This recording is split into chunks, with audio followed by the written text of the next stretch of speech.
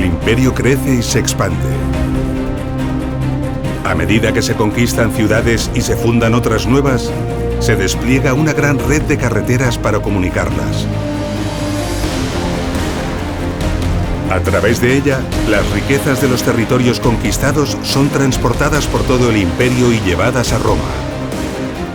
Alimentos, bienes y productos son intercambiados y distribuidos por todo el territorio conquistado.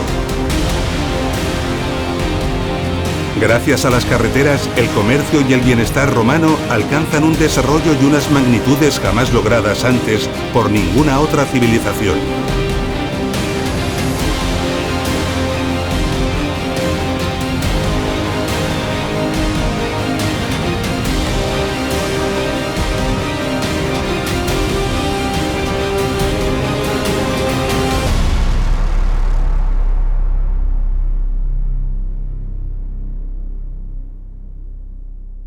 Año 68.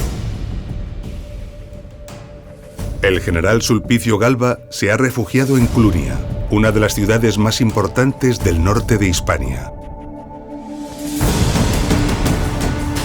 Galba había iniciado una conspiración cuyo objetivo era derrocar al emperador Nerón, pero tal empresa había fracasado. Galba sabía cuál iba a ser su terrible final y, aterrado, decide quitarse la vida antes de que lo atrapen. Pero justo antes de consumar su suicidio, un mensajero llega con una sorprendente e inesperada noticia. El emperador Nerón ha muerto.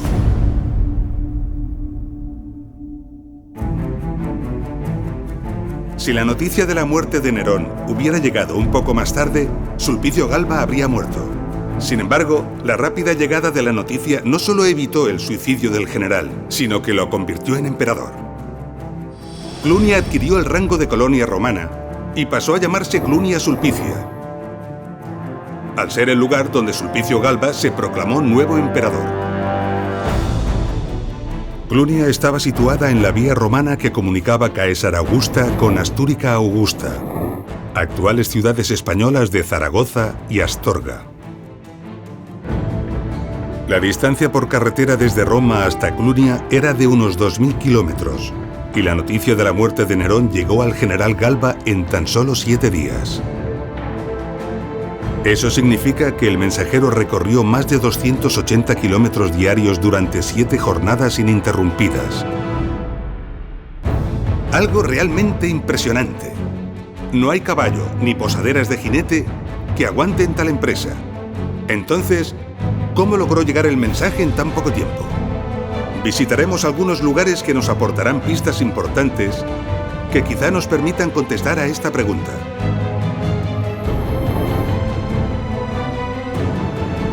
Comenzaremos por un pequeño lugar del norte de España, a unos 40 kilómetros de la ciudad de Pamplona, llamado Liedra.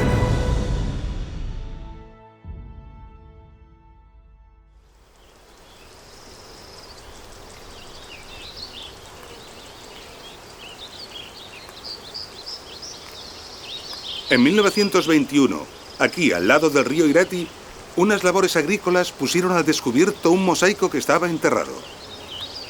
El descubrimiento incentivó diversas excavaciones que en las décadas siguientes pusieron al descubierto estos restos.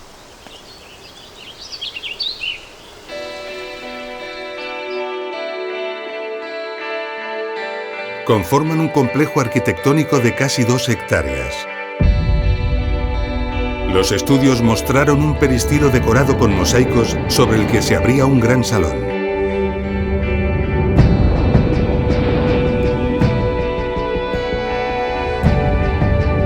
Se localizaron también 2 conjuntos termales separados. Un gran patio de recreo con un estanque y otro gran patio al este del conjunto, bordeado por gran cantidad de estancias.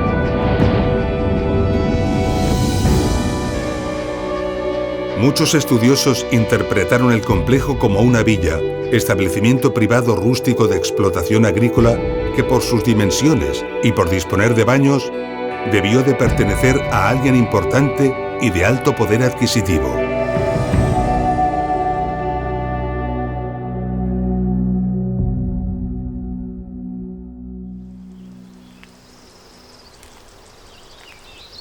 Y esta ha sido y sigue siendo la hipótesis más difundida sobre este yacimiento.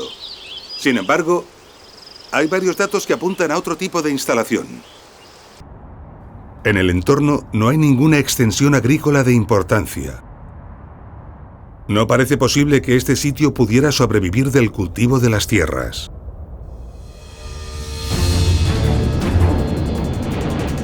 Por otra parte, su estructura arquitectónica se aparta de forma evidente del estándar empleado en la mayoría de las villas romanas. Sorprende en especial el gran número de estancias, su uniformidad y su disposición correlativa.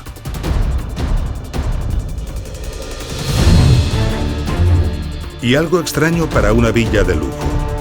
Estaba situada justo al lado de la vía romana cuando, lógicamente, las villas privadas, y más aún las villas de lujo, se apartaban a una distancia prudencial de la vía romana, evitando la publicidad y las molestias que los viajeros ocasionaban, buscando ante todo discreción y seguridad.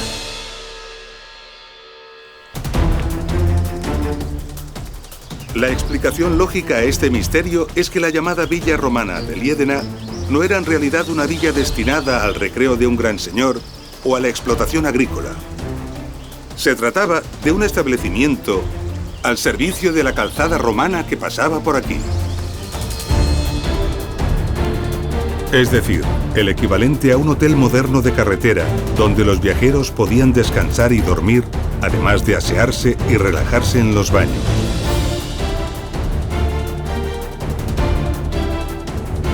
También comprar, ya que debió de tener sus propias tiendas o tabernae. Y evidentemente, y muy importante, para dar servicio a los carruajes e incluso al recambio de los caballos. La disposición regular de tantas estancias contiguas responde muy probablemente a establos para albergar carruajes y caballos.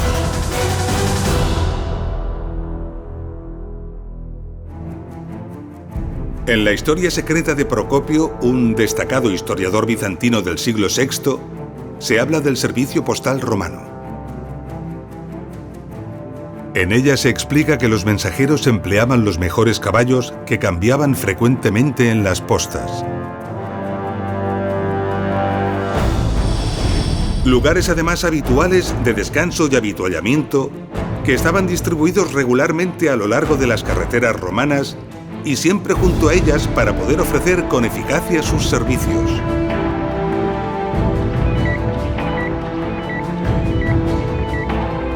Así, podemos asegurar sin mucho miedo a equivocarnos que la llamada Villa Romana de Liedena no es una villa romana, sino una de las postas que daban servicio a la carretera que unía Pompaelo con Casaragusta. Empezamos a comprender cómo un mensaje podía llegar de Roma a Clunia en tan solo 7 días. Sin embargo, una meditada reflexión nos hace dudar de nuevo. Cabalgando tantos kilómetros a tal velocidad y sin estribos, porque los romanos no usaban estribos, un jinete rápidamente se agotaría y su entrepierna sufriría graves lesiones. Entonces, ¿era el jinete sustituido cada pocos kilómetros? Y si esto era así, ¿qué sucedía con el transporte de viajeros? ¿Acaso era un servicio mucho más lento que el correo? Para intentar dar respuesta a estas incógnitas, viajaremos hasta el Museo del Arles Antiguo.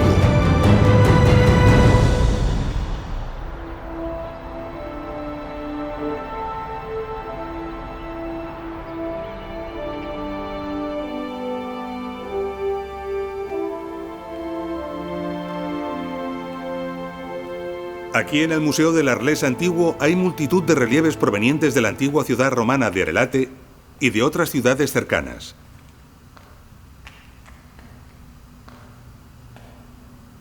Los relieves y las representaciones gráficas que han logrado perdurar nos suelen aportar datos e informaciones muy interesantes sobre la vida cotidiana romana.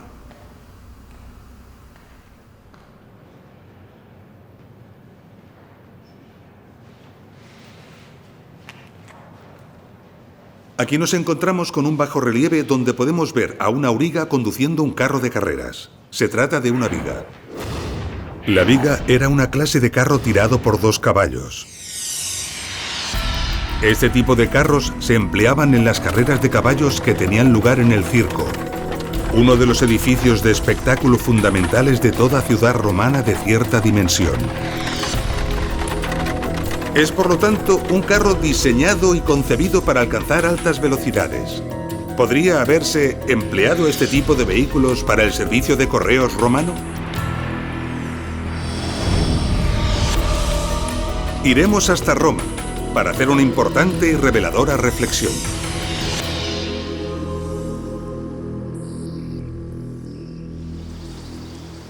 Roma era el corazón del imperio y muchas carreteras llegaban a ella. Una de las carreteras más antiguas e importantes era esta, la Vía Apia, que unía Roma con Brindisi, una ciudad situada a orillas del mar Adriático y que era uno de los puertos comerciales más importantes de la época.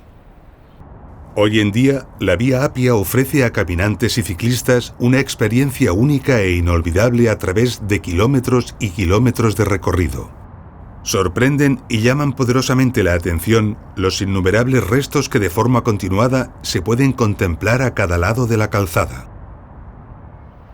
Podemos admirar en este tramo de la Vía Apia las grandes losas con las que fue realizada. Imaginemos ahora una viga circulando a toda velocidad por un pavimento como este.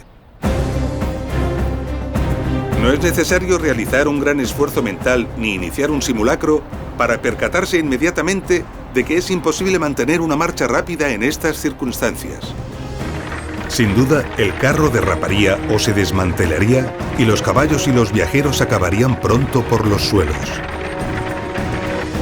Seguimos, por lo tanto, sin contestar a la pregunta que insistentemente nos venimos haciendo.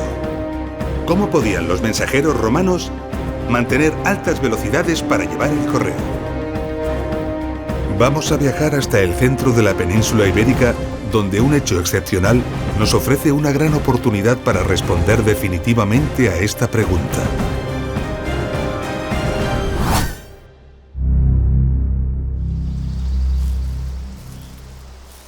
Aquí, cerca de la ciudad romana de Úxama, se está construyendo una moderna autovía.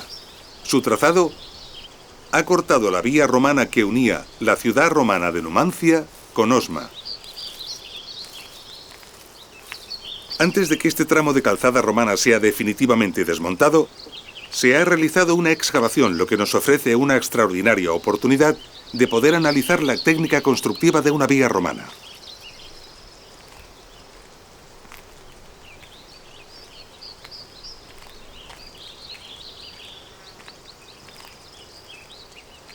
Lo primero que llama nuestra atención son estos 2 grandes bordillos. Esto nos permite saber que el ancho de esta calzada romana era de unos 6,5 metros. Podemos ver que entre ambos bordillos hay una cimentación de grandes piedras.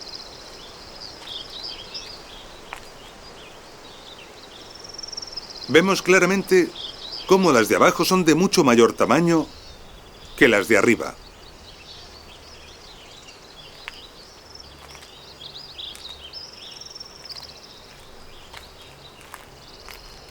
Y aquí, más adelante, vamos a ver una nueva capa.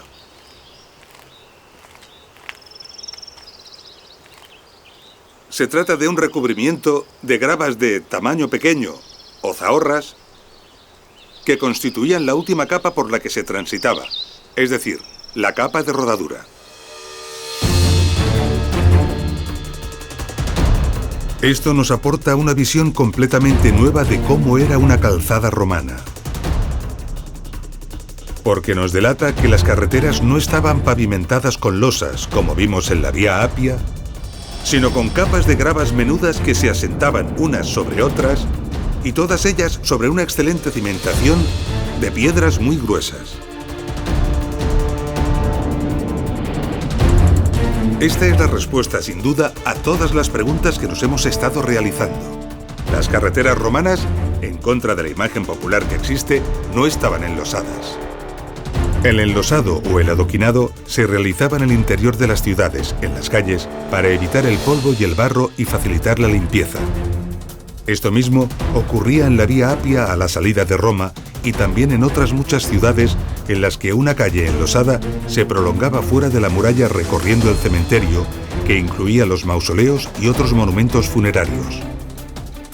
Pero una vez que finalizaba el cementerio, el tratamiento urbano de la vía siempre se convertía en una carretera funcional de gravas menudas. La imagen de las calles romanas, y en particular la de esta famosísima Vía Apia, ha creado un estereotipo arqueológico y popular que no se corresponde con la verdad, porque en realidad las carreteras romanas no estaban enlosadas.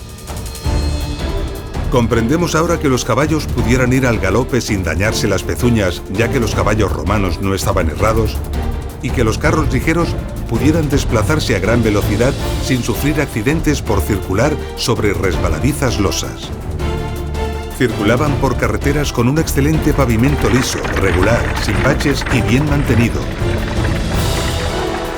Además, con un ancho suficiente para permitir el cruce seguro de dos vehículos, manteniendo la marcha con total comodidad y seguridad. Gracias a todos estos datos, podemos atrevernos a describir la técnica constructiva con gran detalle e imaginar cómo fueron construidas las carreteras romanas.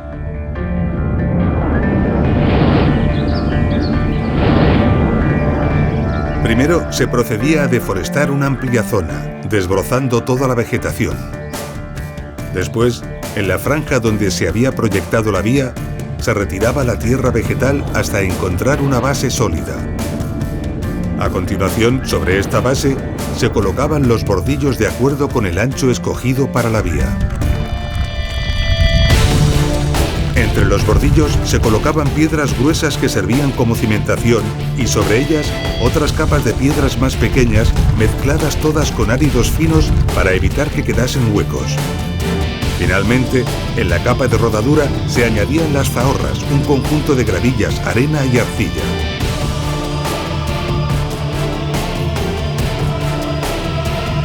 Los carros basculantes avanzaban sobre las diferentes capas ya compactadas para depositar los materiales de la siguiente. En un proceso en el que, después del vertido en montones, debía realizarse el extendido con tablones, el regado con cubas y, por último, la compactación con rodillos.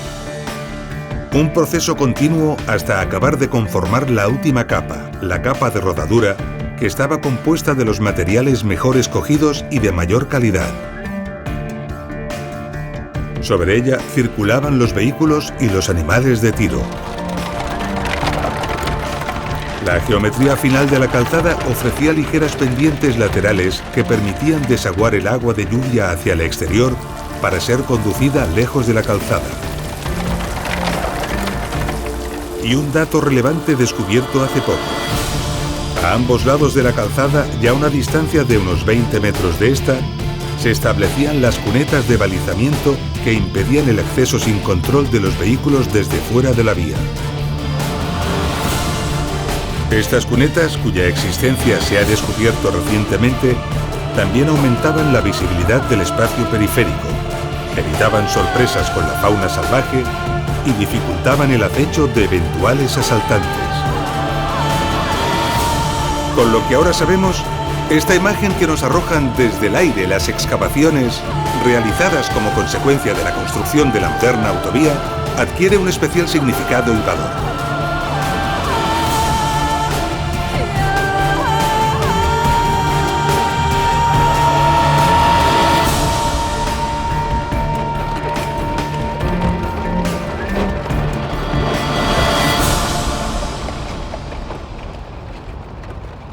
La excelente calidad del pavimento y el extraordinario diseño de las carreteras romanas permitieron la existencia de viajes rapidísimos y con largos recorridos diarios. Y como hemos visto en Liedena, grandes instalaciones daban servicio a los viajeros, por lo que muy probablemente los viajes y los movimientos de viajeros debieron alcanzar cifras muy relevantes. En unas excavaciones arqueológicas realizadas en Bulgaria aparecieron unos componentes metálicos cuyo estudio permitió la reconstrucción del carro al que pertenecían. El maravilloso resultado se expone en el Museo de Colonia.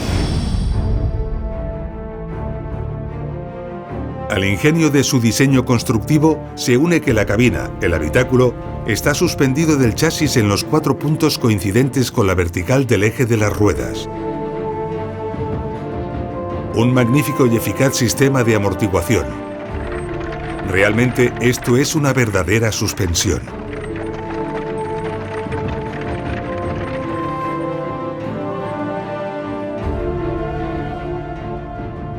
No solo los hallazgos en las excavaciones, también los bajorrelieves e incluso las pinturas nos han aportado una información extraordinaria que nos ha permitido descubrir la gran variedad de vehículos que fueron diseñados en función de las distintas necesidades. Para el transporte de pasajeros, con 4 ruedas contaban también con la raeda. Algunas solo permitían alojar a 1 o 2 personas, además del conductor. Otras añadían un pequeño techo como cubrimiento para el sol y la lluvia. Y con 2 ruedas, el Esedum, un carro con el que podían desplazarse muy deprisa. Los modelos más pequeños eran conducidos por el mismo viajero. También el Carpentum, usado en las ciudades y cubierto con una lona. Y el Quisium, un carro muy veloz con ruedas muy altas de 9 o 10 radios. Esta carruca de magistrados aparece en un bajorrelieve del Museo Calvet de Aviñón, en Francia. Se trata de un vehículo muy lujoso que daba prestigio a este tipo de funcionarios que se desplazaban para realizar sus actos administrativos.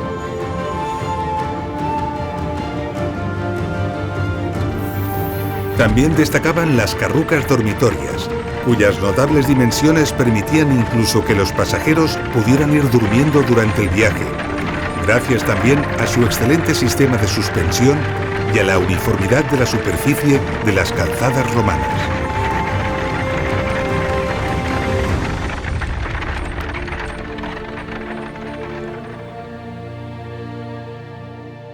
Podemos dar credibilidad así a los escritos antiguos que narran cómo el emperador Tiberio viajó durante más de 2 días seguidos, día y noche, al encuentro de su hermano Druso, gravemente enfermo, para verle antes de su muerte.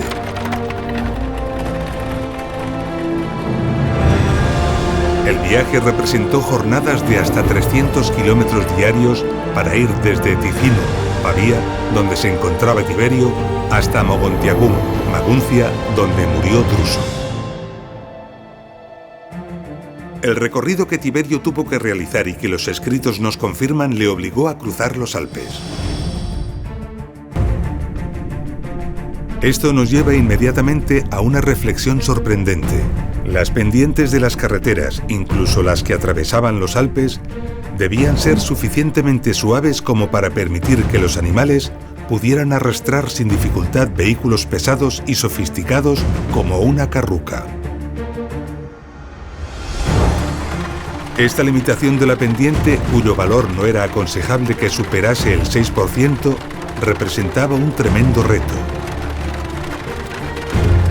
Con su pericia y su dominio topográfico, el ingeniero debía conjugar los condicionantes orográficos, intentando lograr el equilibrio entre el recorrido más corto, cuando nada se interponía en su trazado, o el de menos pendiente si las montañas interceptaban el recorrido. Pero cualquier trazado de una carretera, por muy inteligente que sea, se enfrentará irremediablemente a multitud de obstáculos orográficos. Para hacernos una idea de cuáles fueron los retos y de cómo fueron salvados, vamos a hacer un recorrido por algunos lugares concretos del imperio. Comenzaremos por visitar un punto del tramo de la carretera romana que unía Astúrica Augusta, la actual ciudad española de Astorga, y Brácara Augusta, la actual ciudad portuguesa de Braga.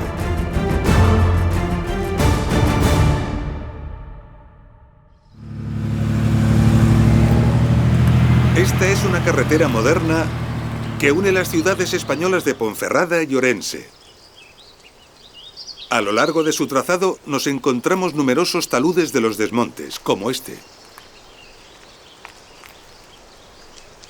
Estos taludes se forman cuando se corta o se excava una ladera, en este caso para permitir el paso de una carretera como esta. Para cortar la dura roca, actualmente se utilizan explosivos y maquinaria moderna. Sin embargo, si nos acercamos a este talud y lo miramos detenidamente, observamos claras marcas de pico, líneas paralelas que nos delatan la técnica del excavador. Marcas idénticas a las que encontramos en los túneles y canales excavados en la roca para construir los acueductos y otras obras romanas como las galerías de las minas. Esto tiene una sencilla explicación. Este talud fue excavado por obreros romanos. Los técnicos modernos en el siglo XIX aprovecharon gran parte del trazado de la carretera romana que unía las ciudades de Astúrica Augusta y Brácara Augusta para construir esta carretera moderna y aprovecharon muchos de los desmontes en roca que los romanos habían realizado. Podemos admirar la finura y precisión con que fue realizado este talud. Sorprende la cuidada geometría y la altura alcanzada en algunos puntos.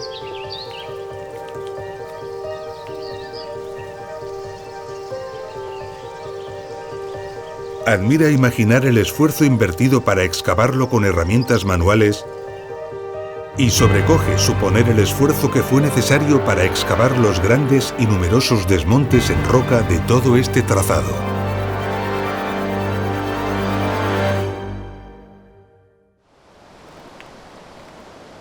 Muy cerca del desmonte en roca que hemos visto, la vía romana tuvo que enfrentarse con el curso del río Vivei.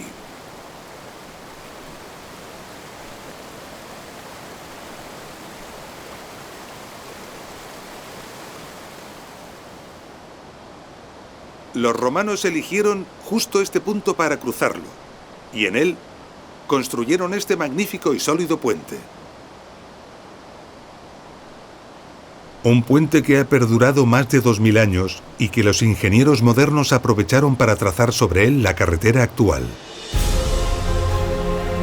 2000 años después, este puente no solo se conserva y se sostiene en pie, sino que además soporta con total seguridad el paso continuo de camiones modernos de gran tonelaje. La solidez de los puentes romanos es admirable. A pesar del maltrato del tiempo y de la ausencia de mantenimiento desde la desaparición del imperio que los construyó, muchos de ellos han logrado llegar hasta nuestros días prácticamente intactos.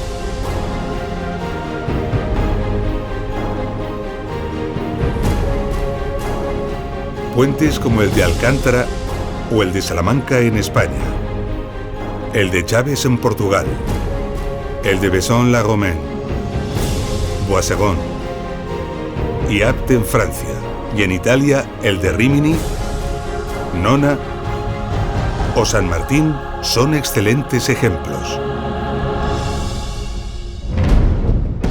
Los ríos suponían dificultades orográficas relevantes, pero no eran las únicas ni las peores.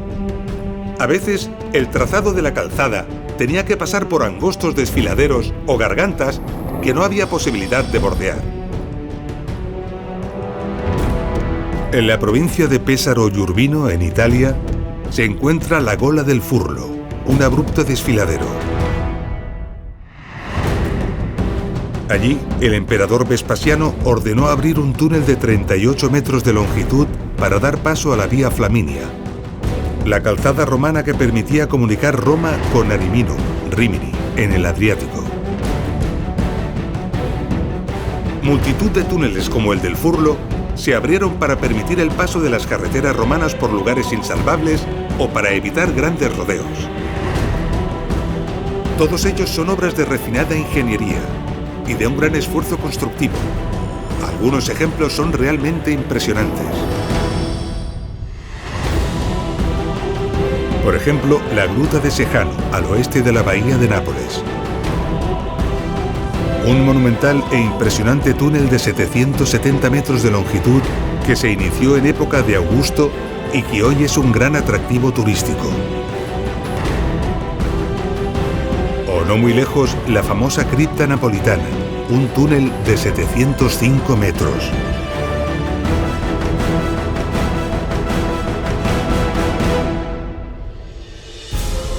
La red de carreteras romanas no solo estaba constituida por las grandes calzadas que atravesaban el imperio comunicando las ciudades, sino también por una miríada de carreteras menores, a veces privadas, que permitían alcanzar cualquier lugar importante del territorio. Para conocer cómo era la vida fuera de las ciudades y la importancia de las carreteras en el estilo de vida de los ciudadanos romanos, viajaremos a la moderna y turística ciudad de Cambrils, cerca de Tarragona, la antigua Tarraco. Cambrils es un municipio de clima mediterráneo suave. Sus excelentes playas, su puerto y su excelente gastronomía, basada principalmente en la dieta mediterránea y la pesca local, atraen a multitud de turistas, especialmente en la época estival.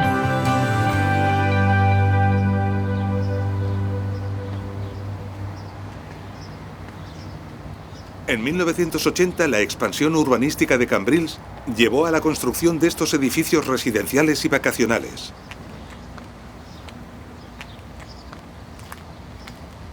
Las excavaciones que se realizaron en este lugar para construir las cimentaciones de algunos edificios pusieron al descubierto estos restos. Las investigaciones revelaron que pertenecen a lo que fue una villa romana, es decir, una casa de campo, una vivienda rural. Meticulosas excavaciones y estudios nos permiten imaginar cómo era. En este lugar había un corredor o galería semisubterránea que permitía la iluminación y el acceso a una serie de aposentos contiguos. Estos aposentos son muy homogéneos en proporciones, por lo que la mayoría podían corresponder a dormitorios. Pero uno de ellos parece responder claramente a una cocina y otro a un triclinium. El triclinium era una sala imprescindible en las casas de cierto lujo. En ella tenían lugar los banquetes con los que el propietario agasajaba a sus invitados. Enfrente del edificio habría un jardín abierto a la playa y con toda seguridad un embarcadero. En este lugar se han encontrado evidencias claras de que había un horno y seguramente un taller cerámico. Los estudios indican que en cierto momento la villa fue modificada y ampliada con un nuevo brazo arquitectónico en sentido perpendicular y con otra batería de habitaciones que definían un nuevo patio interior. Conducciones de agua y alcantarillado revelan un pequeño conjunto termal y una nueva cocina con una letrina contigua.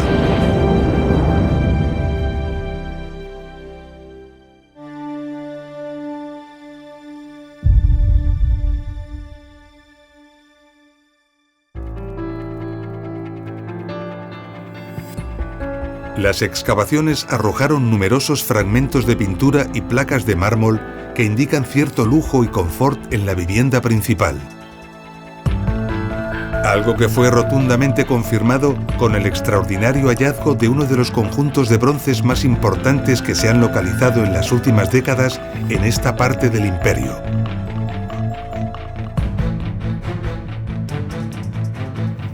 A 20 kilómetros alrededor de Tarragona se han localizado numerosos restos de villas romanas. Los estudios demuestran una cuidadosa e inteligente parcelación del territorio dotada de excelentes caminos que conectaban las diferentes propiedades con las carreteras principales. Y esto ocurría sin duda en la mayor parte del imperio. Así, de esta forma, las villas romanas podían comerciar con todo tipo de productos, tanto para abastecerse como para suministrar al resto del imperio. Para comprobar hasta qué punto esto era así, viajaremos hasta el municipio español de Carraco, situado en el centro de la península ibérica.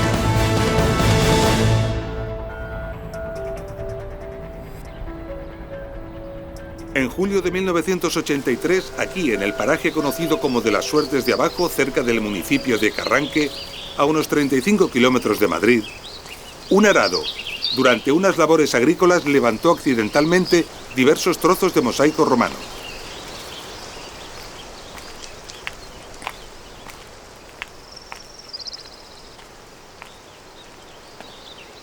El hallazgo dio lugar a unas excavaciones que pusieron al descubierto diversos edificios y estructuras que contenían unos enormes y espectaculares mosaicos en excelente estado de conservación.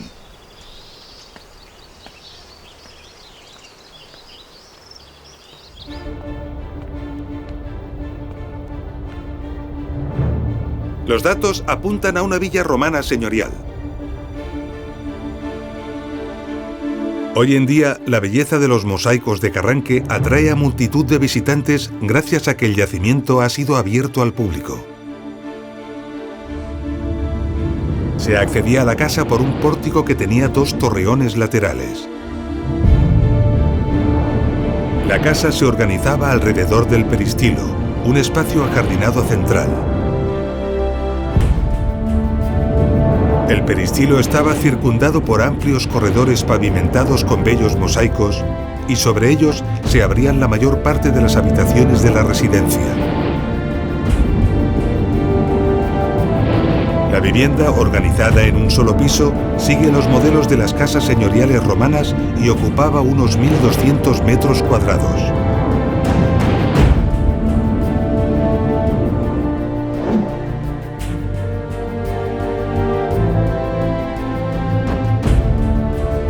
Cerca de la vivienda se encontró un edificio funerario, probablemente para albergar los sarcófagos de los propietarios. Y un torcularium, una construcción dedicada a la producción de aceite y vino. Y también el Palatium. El Palatium tenía más de 2.000 metros cuadrados y fue un edificio espectacular por su arquitectura y decoración, destacando su mármora en paredes y suelos, hoy en proceso de investigación. En él, el propietario recibía a sus visitantes y demostraba su estatus social y económico.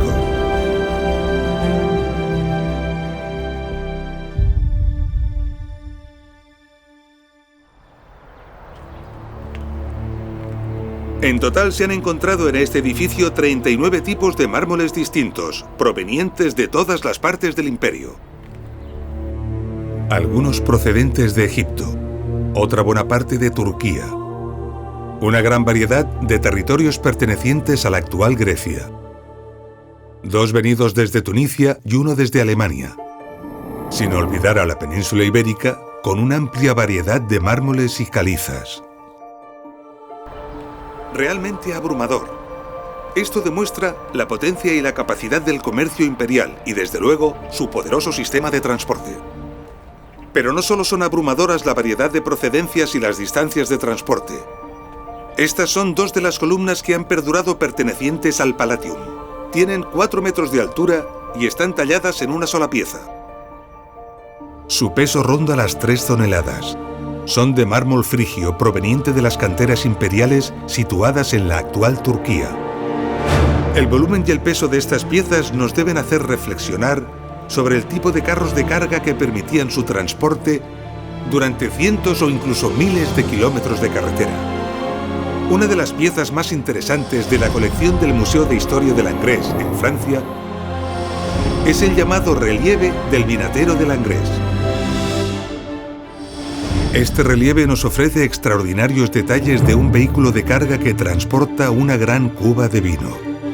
En el relieve se puede observar la robustez y complejidad del carro y también del conjunto de los arreos y los atalajes del tiro. El excelente grado de detalle del grabado recoge incluso un inteligente sistema de frenado. Funcionaba gracias al accionamiento de un mecanismo que transmitía el movimiento hasta las zapatas. Se frenaban así simultáneamente las 2 ruedas traseras a solicitud del conductor. De esta manera, Los hallazgos en las excavaciones, las pinturas y los grabados nos muestran una ingeniosa y amplia variedad de vehículos de transporte diseñados para todo tipo de usos y mercancías. Unos servían para el transporte de mercancías ligeras cuyo volumen pudiera decidirse a voluntad, y otros para pesados monolitos no fragmentables. Muchos de estos vehículos, plenamente cargados, pesaban varias toneladas que se traducen en más de 1 tonelada por rueda y en una presión sobre el terreno de hasta 8 kilos por centímetro cuadrado. Una fuerza muy superior a la que nuestros vehículos modernos transmiten a las carreteras actuales. Esto representaba una exigencia enorme a la técnica, los espesores y las calidades de los materiales empleados para elaborar los firmes, para que soportasen correctamente las cargas sin deteriorarse. Este es el porqué de los característicos y larguísimos terraplenes que encontramos en las carreteras romanas, presentando alturas sobre el suelo natural que muchas veces superan 1 metro.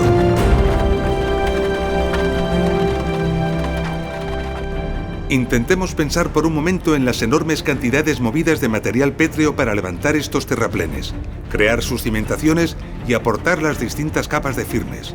Y añadamos todos los esfuerzos que hemos visto en los otros trabajos constructivos. Labores para desforestar bosques y roturar montes, para cortar las laderas en la dura roca,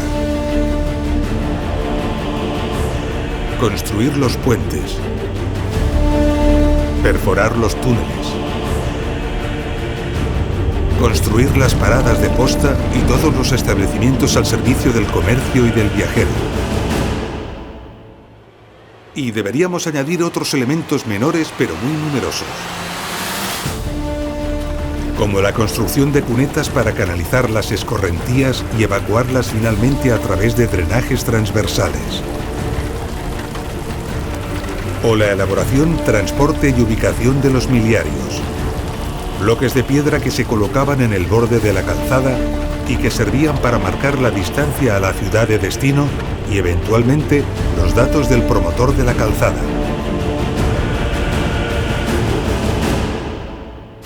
Imaginemos la enorme dificultad para calcular el coste de tantas y tan costosas obras y planificar la construcción que todo esto suponía.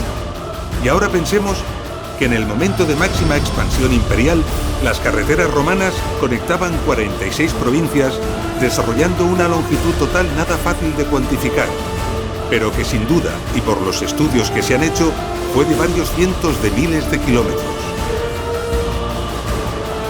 Y por si esto fuera poco, consideremos además el formidable mantenimiento que de forma continua e incansable fue imprescindible realizar. La construcción de la red de carreteras romanas ha supuesto, sin duda, una de las grandes maravillas del mundo antiguo y uno de los grandes logros del ser humano.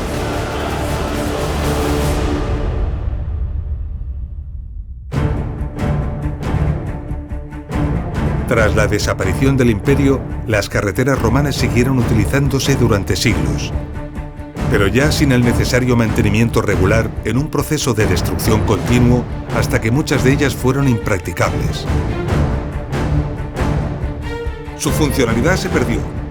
Los elegantes y sofisticados vehículos romanos fueron sustituidos por las fatigosas y lentas reguas de mulas. Merece la pena desplazarnos hasta un lugar de Francia para comprender el alcance de lo que estamos contando. Iremos hasta Saint-Chammas, una pequeña población del departamento de las Bocas del Ródano.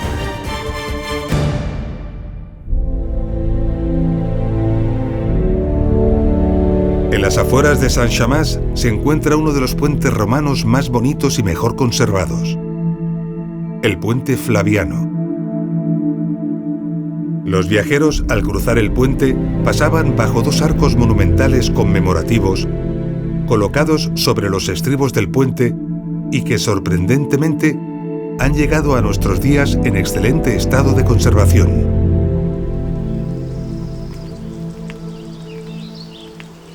Tenemos aquí en el puente un detalle muy curioso. Estamos en el intradós de la bóveda y vemos cómo el nivel original del suelo llegaba aquí. Sin embargo, el paso de los siglos, de los carros y la desidia de las gentes que no han conservado el puente ha provocado un desgaste respecto al nivel original de hasta 1 metro. Apenas quedan 30 centímetros para que la bóveda sea perforada. Hace unos 2 siglos que dejó de haber tráfico en este puente.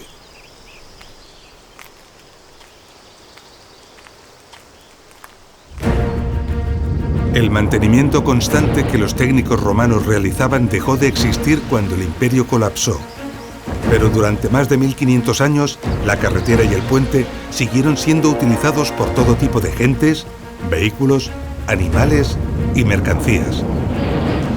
Sin mantenimiento, las capas de zahorras se perdieron, no fueron reemplazadas y el desgaste de la bóveda del puente provocado por las bestias de Tiro y sobre todo por las llantas de los carros fue continuo y devastador.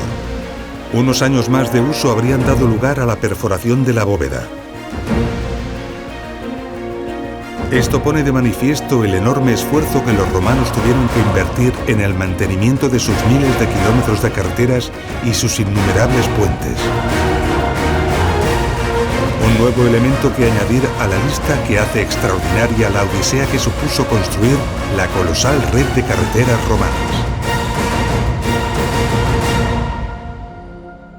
Sin embargo, en la búsqueda de los caminos enlosados, los estudiosos han considerado como romanos numerosos caminos medievales e incluso caminos modernos, acompañados de los puentes de su misma época.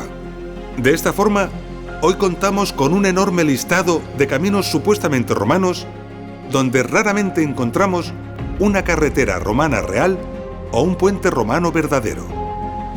Pero también, y como consecuencia de esto, lamentablemente, mientras promocionamos como romanas estas falsas carreteras e incluso caminos de mulas de mala factura, miles de kilómetros de magníficas carreteras romanas permanecen desconocidas. De esta forma han sido y siguen siendo destruidas por las nuevas parcelaciones del territorio durante las labores agrícolas, por la construcción de las carreteras modernas y hasta por la urbanización de nuestros pueblos y ciudades. Pero las carreteras romanas son obras de dimensiones tan colosales que a pesar de tanta desidia y destrucción, es imposible borrarlas completamente de la faz de la tierra. Cubiertas por la vegetación de los bosques que tras el abandono han reclamado el territorio que los obreros romanos les arrebataron. Ocultas bajo caminos modernos que aprovecharon, muchas veces sin saberlo, su trazado y sus cimentaciones. O incluso ya roturadas bajo la vegetación de los cultivos, muchos kilómetros de carreteras romanas siguen ahí. Desconocidas, invisibles a los profanos y solamente reveladas a algunos especialistas. Desde el cielo, los cambios de color y textura que durante ciertas épocas tienen lugar en los cultivos revelan rastros y huellas que los entendidos saben valorar e interpretar. El espectáculo está servido. A ojos del experto, la grandiosidad y la magnificencia de la ingeniería romana se manifiesta claramente. Kilómetros y kilómetros de trazado inteligente y magistral, donde se aprecia el ancho de la calzada e incluso la zona protegida por las cunetas de balizamiento. Siguiendo sus trayectorias, se adivinan también sobre el terreno la existencia de yacimientos arqueológicos desconocidos que han permanecido ocultos, esperando ser descubiertos junto a la misma calzada. Establecimientos que sin duda dieron servicio a la vía. Mansiones, estaciones, paradas de posta, tabernas. También pueden llegar a apreciarse los lugares de extracción de las gravas, muchas veces junto a la calzada. Apartadas de la calzada pueden reconocerse las huellas de las villas con sus explotaciones agrícolas. A veces, la imagen es sobrecogedora. Campamentos militares completos e incluso ciudades enteras.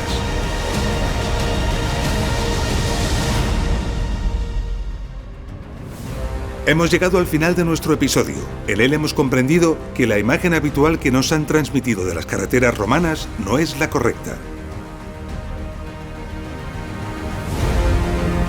Hemos visto que las calzadas romanas no estaban pavimentadas con losas en su superficie, sino que se dotaban de grandes espesores de materiales pétreos y de capas de gravas que permitían circular a gran velocidad sobre ellas, tanto con carros ligeros como soportando con eficacia a los pesados vehículos de carga.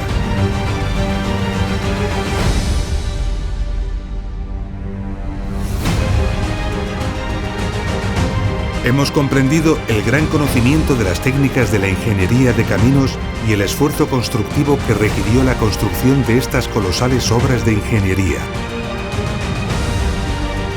Para elegir los trazados, adecuar los terrenos, extender las gravas, evitar y drenar las aguas, construir los puentes y perforar las montañas. Hemos visto cómo miles de kilómetros de carreteras se desplegaban sobre todo el imperio, conectando las ciudades entre sí, o con las villas y sus explotaciones agrícolas, o con otros centros industriales. Y también la gran variedad de vehículos terrestres y la eficacia e ingenio de su diseño, tanto para el transporte de cargas como de pasajeros. Hemos conocido el extraordinario servicio postal romano y las instalaciones auxiliares que la red de carreteras romanas disponía para dar servicio al comercio y a los pasajeros. Hemos comprendido el acusado desconocimiento que profanos y hasta supuestos expertos tienen sobre estas maravillosas obras de ingeniería y cómo ese desconocimiento está permitiendo la destrucción sistemática de este extraordinario legado. Y finalmente, hemos podido contemplar desde el aire cómo miles de kilómetros de carreteras romanas permanecen ocultos a nuestros ojos, entre los bosques, bajo las carreteras y los cultivos, esperando ser descubiertos. Al igual que sucedió con las carreteras, Roma llevó la explotación minera a unas dimensiones y a unas cifras colosales, nunca alcanzadas antes por ninguna otra civilización. Y de nuevo lo hizo gracias a su extraordinaria ingeniería. Una ingeniería que los romanos desplegaron magistralmente en sus explotaciones mineras.